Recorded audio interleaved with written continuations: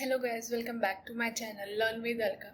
सो आज के लेक्चर में आज हम फिज़िक्स की सीरीज शुरू करने वाले हैं और फिज़िक्स के फर्स्ट लेक्चर में हम अपना जो टॉपिक कवर करने वाले हैं वो है motion. So I am Alka Yadav, right? I'll be taking a physics lecture today. So without doing any further ado, let's start with our topic that is motion. अब देखो, अगर हम मोशन की बात करें तो मोशन वर्ड से मीनिंग पता चलता है कि कोई चीज़ चल रही है, मोशन में है। बर्ड्स का उड़ना, ट्रेन का चलना, ठीक है। These are all are example of motion, ठीक है। तो जब हम मोशन चैप्टर को रीड करते हैं तो हमें पहले कुछ टर्म्स समझनी पड़ती है कि उन टर्म्स का मतलब क्या है, राइट। तो स्टार्ट करते हैं। सबसे पहले टर्म है रेस्ट। रेस्ट क्या बोलेंगे? देखो, किसी भी बॉडी को हम बोलेंगे कि वो रेस्ट में है, it is in state of rest, जब उसकी पोजीशन चेंज नहीं हो रही है with respect to the reference point. This word is very important, reference point. हम किसी भी ऑब्जेक्ट को रेस्ट में तभी मानेंगे जब उसकी पोजीशन चेंज नहीं हो रही है with respect to the reference point. अब देखो, रेफरेंस पॉइंट क्या होता है। सपोज करो, मैं एग्जांपल के थ्रू बता देती हूँ। ये मैंने एक डायग्राम यहाँ पे शो किया हुआ है, ठीक है। The girl sitting in the van and boy is standing outside, ठीक है। ये रामू है। रामू अपनी बहन लक्ष्मी को स्कूल बस में बिठाने आया है, ठीक है। तो अब देखो, जब ये वैन मूव करने लगेगी तो अगर हम रामू को रेफरेंस पॉइंट माने, इफ वी से रामू को रेफरेंस पॉइंट माने, या फिर हम इस पोर्ट को भी रेफरेंस पॉइंट माने, जब ये वैन चलने लगेगी तो Lakshmi will be in motion, van is also in motion, but Lakshmi sitting in the van, van चल रही है। लेकिन अगर हम वैन को रेफरेंस पॉइंट ले वैन को, तो लक्ष्मी क्या है? In state of rest with respect to the van. So depending upon the कि हम रेफरेंस पॉइंट क्या ले रहे हैं, उसके बेसिस पे हम बताएंगे कि ऑब्जेक्ट रेस्ट पे है या फिर मोशन पे है, ठीक है। तो अगर लक्ष्मी के लिए रेफरेंस पॉइंट रामू है, ठीक है, अगर लक्ष्मी के लिए रेफरेंस पॉइंट उसका ब्रदर रामू है तो वो मोशन में है। लेकिन अगर लक्ष्मी के लिए रेफरेंस पॉइंट द वैन, जिस वैन में वो बैठी हुई है, she is sitting in that when, अगर रेफरेंस पॉइंट हम वैन को ले रहे हैं तो वो रेस्ट में है। क्लियर हुई ये बात? अगर हम पोर्ट के रेफरेंस में भी देखें लक्ष्मी को, तो जब ये वैन चलने लगेगी तो Lakshmi will be in motion. Okay, समझ में आई रेफरेंस पॉइंट क्या है? आगे बढ़ते हैं। नाउ व्हाट इज मोशन, ठीक है। बॉडी को हम तभी मोशन में कहेंगे जब उसकी पोजीशन चेंज हो रही है with respect to the reference point. ये मैं एक्सप्लेन कर चुकी हूँ, ठीक है, थ्रू दिस, कि कब वो मोशन में होगी, जब उसका पोजीशन चेंज हो रहा है रेफरेंस पॉइंट के रिस्पेक्ट में, तो वो ऑब्जेक्ट क्या है? मोशन में है, ठीक है। Now next is type of motion. Types of motion में हम देखेंगे we have three type of motion: linear, circular and oscillatory. Linear motion कौन सा मोशन होता है? जब ऑब्जेक्ट स्ट्रेट लाइन में चलता है, स्ट्रेट लाइन में मोशन हो, तब हम उसको क्या कहेंगे? लीनियर मोशन कहेंगे। जैसे बस रोड पर चल रही है, ठीक है, बॉय साइक्लिंग। सर्कुलर मोशन क्या कहेंगे? जब सर्कुलर पाथ पर मोशन हो रहा हो तब हम उसको क्या बोलेंगे? Circular motion. ऑसिलेटरी मोशन जब टू एंड फ्रो मोशन हो रहा होगा, फॉर एग्जाम्पल मैं पेंडुलम का दे दे, this motion to and fro, इस तरह से जो मोशन होता है इसको हम ऑसिलेटरी मोशन कहते हैं। लेकिन हमारे सिलेबस में सिर्फ लीनियर मोशन है, तो हम इसके बारे में पढ़ेंगे, ठीक है। आगे बढ़ते हैं। Next is physical quantities. Physical quantity, ठीक है, क्या है? ये फिजिकल प्रॉपर्टी है किसी भी मटेरियल को जिसको हम मेजर कर सकते हैं, ठीक है। फिर जैसे कि हम किसी का मास, वेट मेजर करना चाहें तो हम किस में मेजर करेंगे? केजी में। तो मास क्या है? फिजिकल क्वांटिटी है, ठीक है। अब देखो, जो क्वांटिटीज है, फिजिकल क्वांटिटीज है, वो दो टाइप की होती है। They are of two type, very important: scalar quantity and the vector quantity. Scalar quantity हम उनको कहते हैं, उन फिजिकल क्वांटिटीज को कहते हैं जिनका सिर्फ मैग्नीट्यूड होता है, डायरेक्शन नहीं होते, they do not have any direction, उनको हम स्केलर क्वांटिटी कहते हैं. फॉर एग्जाम्पल स्पीड, डिस्टेंस, मास, ये सब क्या है, एग्जाम्पल स्केलर क्वांटिटी के हैं. Those physical quantities which have only magnitude not the direction are known as scalar quantity. Next is what is vector quantity. देखो वो फिजिकल क्वांटिटी जिसका मैग्नीट्यूड भी है और डायरेक्शन भी है, उनको हम क्या कहेंगे, वेक्टर क्वांटिटी कहेंगे. क्वांटिटीज विद मैग्नीट्यूड जिनको आप मेजर कर सकते हो एज वेल एज उनका डायरेक्शन भी है, तो उनको हम क्या कहेंगे, वेक्टर क्वांटिटी कहेंगे. For example velocity, acceleration, displacement, momentum, force, ये सब क्या है, वेक्टर क्वांटिटीज है, because these are the quantities having magnitude with direction. Okay, चलो अब एक एक करके इन क्वांटिटीज को हम थोड़ा डिटेल में पढ़ लेते हैं. ठीक है, अगर हम बात करें डिस्टेंस की, ठीक है, डिस्टेंस क्या है, वो पाथ लेंथ जो ट्रैवल किया गया है. सपोज करो मैं यहाँ से किसी स्कूल में जाती हूँ, मैं यहाँ से अपने रेस्टोरेंट में जा रही हूँ, होम से डिनर के लिए मैं रेस्टोरेंट गई हूँ, तो मैंने कितना डिस्टेंस कवर किया. ठीक है, वो क्या है, जो पाथ लेंथ मैंने कवर की है, दैट इज द डिस्टेंस. चाहे मैं ऐसे जाऊँ, चाहे मैं ऐसे जाऊँ, चाहे मैं ऐसे जाऊँ, तो दिस इज डिस्टेंस. जिस पाथ से मैं गई हूँ, the path length that is covered by me, जो मैंने कवर की है उसको हम डिस्टेंस कहेंगे. ठीक है, डिस्टेंस क्या है, स्केलर क्वांटिटी है, because it does not have direction, it only has the magnitude. ठीक है, डिस्टेंस कभी भी नेगेटिव नहीं हो सकता, ना ही वो जीरो हो सकता है, it is always positive. Distance zero नहीं होता है. एसआई यूनिट क्या है डिस्टेंस की, मीटर. मीटर को हम शॉर्ट में ऐसे लिख देते हैं. ठीक है, तो देखो ये बहुत ही अच्छी इमेज मैंने शो की है यहाँ पे, distance between point A and B. चाहे मैं इसको ऐसे जाऊँ, चाहे मैं इस पास से जाऊँ, तो जिस पास से मैं जाऊंगी, जो पाथ लेंथ मैं कवर करूंगी, वही क्या होगा, डिस्टेंस होगा बिटवीन ए एंड बी. ठीक है, चलो अब देखो एक एग्जांपल के थ्रू मैं आपको बता देती हूँ. मैं गई हूँ ए टू सी. ठीक है, तो ए टू सी देखो डिस्टेंस कितना है, 70 मीटर. फिर मैं सी से वापस आई बी पे, सी से वापस आई बी पे, तो डिस्टेंस कितना है, 30 मीटर.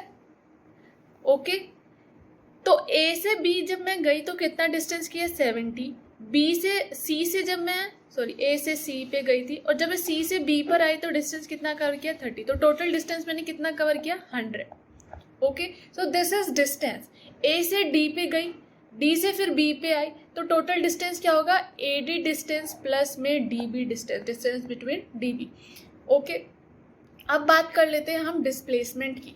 ठीक है, डिस्प्लेसमेंट क्या है, shorter distance between the initial position and the final position. Suppose करो मैं होम से गई हूँ कॉलेज. ठीक है, तो मैं, ठीक है, लेकिन मैं सीधा कॉलेज नहीं गई हूँ, बीच में एक बेकरी शॉप थी, पहले मैं वहां पे गई फिर कॉलेज गई. ठीक है, डिस्टेंस तो मैंने ये कवर किया. अगर मैंने पूछूं कि डिस्टेंस कितना कवर किया, ये कवर किया. लेकिन अगर मैं डिस्प्लेसमेंट की बात करूं तो मैं क्या मेजर करूंगी कि शॉर्टर डिस्टेंस कितना है मेरा, इनिशियल मतलब पहले की पोजीशन और फाइनल पोजीशन में डिस्टेंस कितना है, शॉर्टेस्ट डिस्टेंस, वो मेरा डिस्प्लेसमेंट होगा. तो अगर मैं डिस्प्लेसमेंट की बात करूँ, ये तो मेरा डिस्टेंस हो गया. अगर मैं डिस्प्लेसमेंट की बात करूँ तो शॉर्टेस्ट डिस्टेंस ये है होम और कॉलेज के बीच में, तो डिस्प्लेसमेंट मेरा ये होगा. Okay, shortest distance. ठीक है, चाहे मैं ऐसे घूम के जाऊं पूरा, चाहे मैं ऐसे जाऊं, चाहे मैं ऐसे जाऊं. ठीक है, लेकिन अगर डिस्प्लेसमेंट की बात कर रहे हैं तो shortest distance between the final और इनिशियल पोजीशन को हम क्या कहेंगे, डिस्प्लेसमेंट कहेंगे. ठीक है, एक और डायग्राम से मैं आपको समझा देती हूँ. सपोज करो यहाँ पे मेरा घर है ए. ठीक है, यहाँ पे बीच में एक दुकान पड़ती है बी, और यहाँ पे मेरा कॉलेज है सी. ठीक है, मैं ये पाथ फॉलो करते हुए गई हूँ. लेकिन अगर मैं डिस्टेंस पूछेंगे तो मैं बोलूँगी कि A B plus distance between A B plus B C, यही डिस्टेंस है. लेकिन अगर डिस्प्लेसमेंट की बात होगी तो मैं क्या कहूँगी, shortest distance between the initial and the final position. तो शॉर्टेस्ट डिस्टेंस मेरा क्या है, ये, तो ये मेरी डिस्प्लेसमेंट होगी. करेक्ट, क्लियर है. आगे बढ़ते. डिस्प्लेसमेंट क्या है, वेक्टर क्वांटिटी है. इट कैन बी पॉजिटिव, ये पॉजिटिव भी हो सकती है, नेगेटिव भी हो सकती है और ज़ीरो भी हो सकती है. It can be positive, negative and zero. SI unit metre ही है. ठीक है, डिस्टेंस के इक्वल ही है, डिस्टेंस की और डिस्प्लेसमेंट की एसआई यूनिट सेम है. देखो एग्जाम्पल के थ्रू समझती हूँ. एक क्वेश्चन है, ठीक है. पहले मैं गई ए टू डी और फिर वापस आई सी पे. ठीक है, तो अगर मुझसे डिस्टेंस पूछे कितना कवर किया, अगर डिस्टेंस पूछे तो मैं बोलूँगी distance between A D plus distance between C D is distance जो कवर किया गया. लेकिन अगर डिस्प्लेसमेंट की बात करेंगे तो मैं क्या बोलूँगी, डिस्प्लेसमेंट कितना है. डिस्प्लेसमेंट हमें क्या बताया था, distance between final and initial position. ठीक है, तो इनिशियल पोजीशन मेरी ये है, फाइनल पोजीशन मेरा सी पॉइंट है, तो इनके बीच में क्या डिस्टेंस है वो मेरा डिस्प्लेसमेंट होगा. तो displacement is distance between A C, that is 70 metre. और अगर डिस्टेंस पूछेंगे तो क्या करूँगी, 100 प्लस में 30, that is equal to 130. Clear हुई डिस्टेंस डिस्प्लेसमेंट की कहानी. आगे बढ़ते हैं. Next is speed. क्या होती है, ठीक है. देखो स्पीड होती है गति, किस तेजी से कोई ऑब्जेक्ट, कोई व्हीकल चल रहा है, ठीक है, इन पर यूनिट ऑफ टाइम. ठीक है, तो distance travelled by a body per unit time is speed. देखो स्पीड का फॉर्मूला डेफिनेशन से पता चलेगा. Speed is distance travelled per unit time. तो स्पीड का फॉर्मूला निकल गया, speed is equal to distance upon time. Speed क्या है, स्केलर क्वांटिटी है, because it has magnitude but no direction. ये इसका जो वैल्यू होगा हमेशा पॉजिटिव होगा. एसआई यूनिट होगी मीटर पर सेकेंड. अगर देखो आपको एसआई यूनिट भूल जाते हो लेकिन फॉर्मूला याद है तो दिक्कत मत करना. डिस्टेंस किस में मेजर होगा, डिस्टेंस की एसआई यूनिट मीटर, टाइम की एसआई यूनिट सेकेंड. ठीक है, तो क्या हो गई SI unit, metre per second. Okay, तो एसआई यूनिट क्या हो गई, metre per second. Next is velocity. देखो velocity is nothing but speed with direction. अगर स्पीड की डायरेक्शन है तो उसको हम वेलोसिटी कहते हैं. ठीक है, velocity is nothing but speed with direction. So क्या है velocity, distance travelled per unit time in given direction. तो वेलोसिटी हमारी क्या हुई, डायरेक्शन है, मैग्नीट्यूड भी है, तो क्या हुई, वेक्टर क्वांटिटी हो गई. It is speed with direction. ये पॉजिटिव भी हो सकती है, नेगेटिव भी हो सकती है, जीरो भी हो सकती है.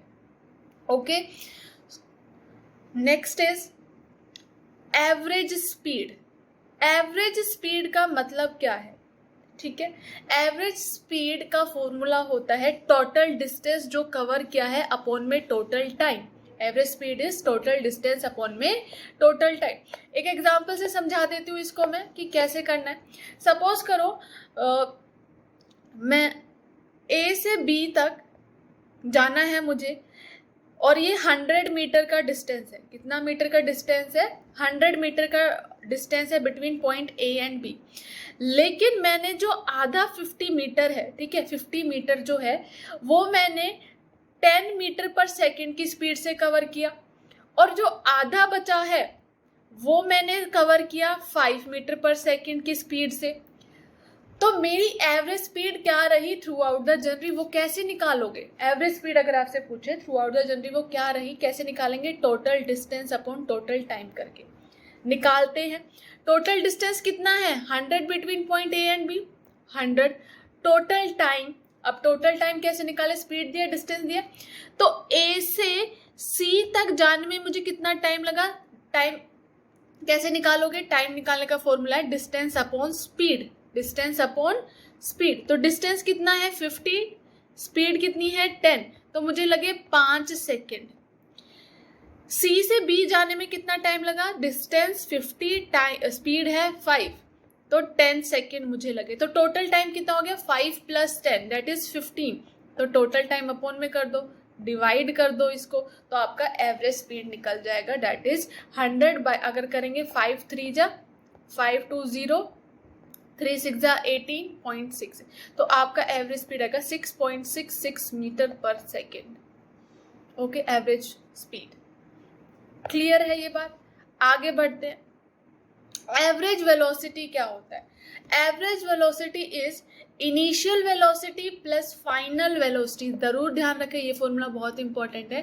एवरेज वेलोसिटी और स्पीड में कंफ्यूज मत होना। एवरेज स्पीड होती है total distance upon total time. Average velocity होगी इनिशियल कितनी वेलोसिटी है plus final velocity upon 2 divided by 2 is average velocity. Okay, now next topic is types of motion.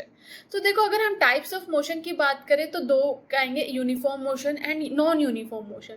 तो सबसे पहले हम बात करेंगे यूनिफॉर्म मोशन की। ठीक है, जब कोई बॉडी इक्वल डिस्टेंस कवर कर रही है इक्वल इंटरवल ऑफ टाइम में, ठीक है, जब कोई बॉडी इक्वल डिस्टेंस कवर कर रही है इक्वल इंटरवल ऑफ टाइम में, तो उसको हम क्या बोलेंगे? यूनिफॉर्म मोशन बोलेंगे। एग्जांपल से समझा देती हूँ। सपोज करो ये कार शुरू हुई है, ठीक है, 9 AM पे, ठीक है, 1 घंटे में इसने कितना कवर किया? 100 मीटर। नेक्स्ट 1 आवर में इसने भी 100 किया। अगेन नेक्स्ट आवर में उसने 100 मीटर कवर किया। तो देखो, हर एक टाइम इंटरवल में वो सेम डिस्टेंस कवर कर रही है, मतलब स्पीड सेम है, यूनिफॉर्म मोशन में चल रही है थ्रू आउट द जर्नी। ठीक है, तो इस टाइप के मोशन को हम क्या कहते हैं? यूनिफॉर्म मोशन कहते हैं, जब इक्वल इंटरवल ऑफ टाइम में इक्वल डिस्टेंस कवर हो रहा है। ठीक है, ग्राफ बना लेते हैं। देखो ग्राफ कैसा बनेगा यूनिफॉर्म मोशन का? ग्राफ देखो, यही वाला हम अपना पैटर्न लेके चलते हैं। ठीक है, इसी को लेके मैं ग्राफ प्लॉट कर रही हूँ इधर। ठीक है, देखो 9 AM पे 0 पे थी, ठीक है, 10 AM पे उसने 100 मीटर कवर किया, 11 AM पे उसने 200 मीटर कवर किया एंड 12 AM पे उसने 300 मीटर कवर किया। देखो, when you will draw join these dots, you will get straight line. ठीक है, एग्जैक्टली मेरी स्ट्रेट नहीं आई है बिकॉज मैं स्केल का यूज नहीं कर रही हूँ। अगर आप बनाओगे तो क्या आएगी? स्ट्रेट लाइन ग्राफ आएगा आपका इस तरह से। ओके, इस तरह से आपका स्ट्रेट लाइन ग्राफ आएगा। ओके, सो यूनिफॉर्म मोशन का जो ग्राफ होगा, डिस्टेंस टाइम ग्राफ होगा, वो इस तरह का होगा, straight line. Okay, now come to non uniform motion. जब कोई बॉडी अनइक्वल डिस्टेंस कवर कर रही है इक्वल इंटरवल ऑफ टाइम में, तो उसको हम बोलेंगे नॉन यूनिफॉर्म मोशन। सपोज करो, एग्जाम्पल के थ्रू समझा देती हूँ ये वाला भी। ये 9 AM पे कार शुरू हुई है, 1 घंटे में पहले तो उसने 100 मीटर कवर किया 10 AM तक। फिर नेक्स्ट 1 आवर में देखूँ तो कितना कवर किया उसने? 120। यहाँ पे तो 100 किया, यहाँ पे 120 किया। टाइम इंटरवल सेम है लेकिन डिस्टेंस चेंज हो रहा है हर एक टाइम इंटरवल पे। नेक्स्ट 1 आवर में सिर्फ उसने 80 मीटर ही कवर किया, तो वो इक्वल डिस्टेंस कवर नहीं कर रही है इक्वल इंटरवल ऑफ टाइम में। तो इस टाइप के मोशन को हम कहते हैं नॉन यूनिफॉर्म मोशन। क्या कहेंगे? Non uniform motion. देखो, अब नॉन यूनिफॉर्म मोशन का ग्राफ भी प्लॉट करके देख लेते हैं। 9 AM पे 0, ठीक है, 10 AM पे उसने 100 मीटर कवर किया, 11 AM पे 220 कुछ इधर आएगा एंड 12 पे उसने किया 300। ओके, सो आप देख रहे हो ग्राफ कैसा जा रहा है? इस तरह से। Is it a straight line? No, it is not a straight line. तो नॉन यूनिफॉर्म मोशन का ग्राफ कुछ इस तरह का बनेगा। ऐसा भी हो सकता है, ऐसा भी हो सकता है, बट स्ट्रेट लाइन नहीं होगा। ऐसे हो सकता है, ऐसे हो सकता है, ठीक है, ऐसे हो सकता है, बट स्ट्रेट लाइन नहीं होगा। ओके, आगे बढ़ते हैं। यूनिफॉर्म और नॉन यूनिफॉर्म हमने कवर कर लिया। Now we will study about the symbols, जो हम मोशन के चैप्टर में यूज करते हैं। फॉर्मूला में क्वेश्चन सॉल्व करते हुए सिंबल्स लगाते हैं। ठीक है, देखो डिस्टेंस का सिंबल है S, डिस्प्लेसमेंट का सिंबल भी S है, इनिशियल वेलोसिटी का सिंबल हम U से मेंशन करते हैं। इनिशियल वेलोसिटी का मतलब क्या है? जिस वेलोसिटी से कोई बॉडी स्टार्ट हुई है, ठीक है, इनिशियली उसकी वेलोसिटी क्या थी। फाइनल वेलोसिटी को V से डिनोट करते हैं, टाइम को T से, एक्सेलरेशन को A से। ओके, इनकी एसआई यूनिट भी आप देख लो, यहाँ पे मैं साइड में मेंशन कर देती हूँ एसआई यूनिट। डिस्टेंस की एसआई यूनिट है मीटर, साइन शॉर्ट में हम ऐसे लिख देते हैं। डिस्प्लेसमेंट की भी मीटर है, वेलोसिटी की है metre per second, final velocity metre per second, time की एसआई यूनिट है सेकेंड, एक्सेलरेशन की एसआई यूनिट है metre per second square, metre per second square. Acceleration का फॉर्मूला कैसे डिराइव किया, कैसे इसकी एसआई यूनिट है, अभी हम डिस्कस कर रहे हैं। नेक्स्ट इज एक्सेलरेशन ओनली, ठीक है। एक्सेलरेशन क्या होता है? The rate of change of velocity of an object with respect to time. Rate of change of velocity मतलब कि जिस रेट से वेलोसिटी चेंज हो रही है पर यूनिट टाइम पे, उसको एक्सेलरेशन कहेंगे। मतलब फाइनल पोजीशन पे वेलोसिटी क्या थी, फाइनल पोजीशन पे वेलोसिटी क्या थी माइनस चेंज, उसमें क्या चेंज, मतलब कितना चेंज आया फाइनल और इनिशियल वेलोसिटी में। तो चेंज कैसे करोगे, फाइनल माइनस में इनिशियल, तो ये तो चेंज इन वेलोसिटी हो गया upon time, upon time. This is the formula for acceleration. Final velocity minus initial velocity upon time is acceleration. यहाँ पे मैं लिख देती हूँ v minus u upon t is acceleration. v क्या है, फाइनल वेलोसिटी, u क्या है, इनिशियल वेलोसिटी, t क्या है, टाइम है। एक्सेलरेशन क्या है, वेक्टर क्वांटिटी है, ये पॉजिटिव भी हो सकती है, नेगेटिव भी हो सकती है, ठीक है। नेगेटिव एक्सेलरेशन को हम रिटार्डेशन या फिर डी एक्सेलरेशन कहते हैं। एसआई यूनिट क्या होगी, metre per second square, metre per second square. देखो कैसे आए metre per second square. Acceleration का फॉर्मूला क्या निकाला हमने, v minus u upon T, ये निकाला। तो अगर हम वेलोसिटी की देख रहे तो ऐसा यूनिट मीटर पर सेकेंड होती है, मीटर पर सेकेंड, और टाइम की क्या है, सेकेंड ऐसा यूनिट, तो क्या हो गई metre per second square. Okay, तो ऐसा unit of acceleration is metre per second square. Next is types of acceleration.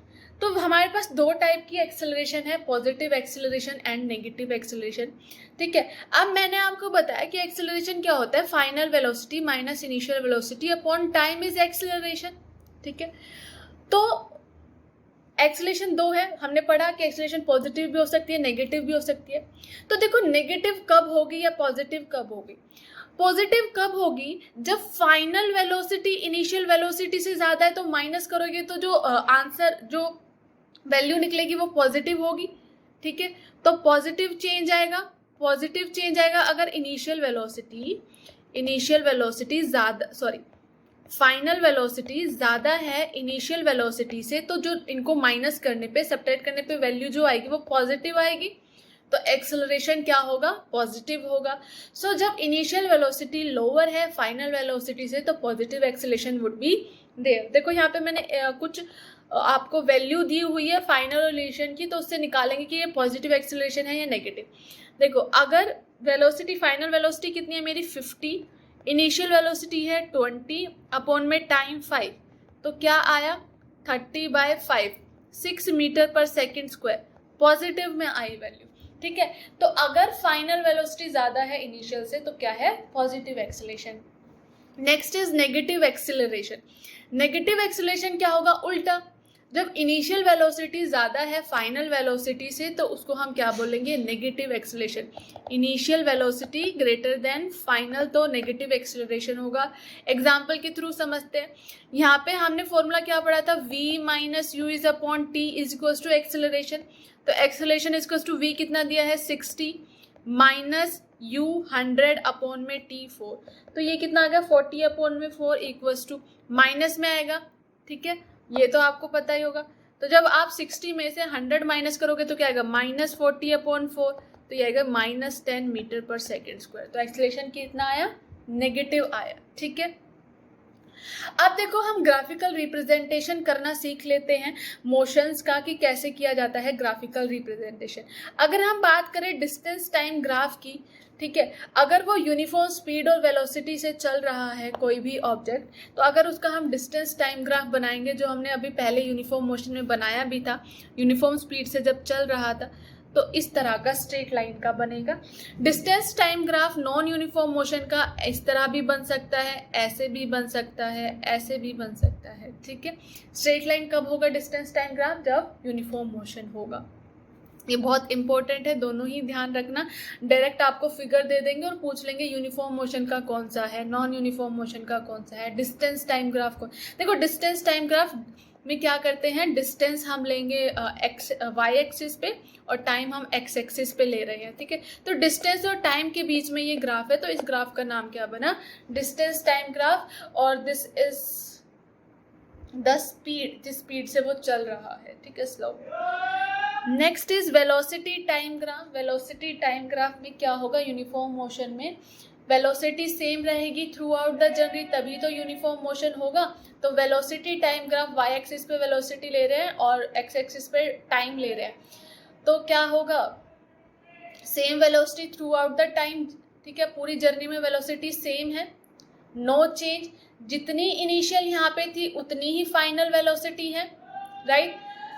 किसी टाइम 0 पर वेलोसिटी इतनी थी, किसी टाइम t पर वेलोसिटी अभी भी उतनी है। तो और एक्सेलरेशन का हमने फॉर्मूला क्या पढ़ा है? v minus u upon T.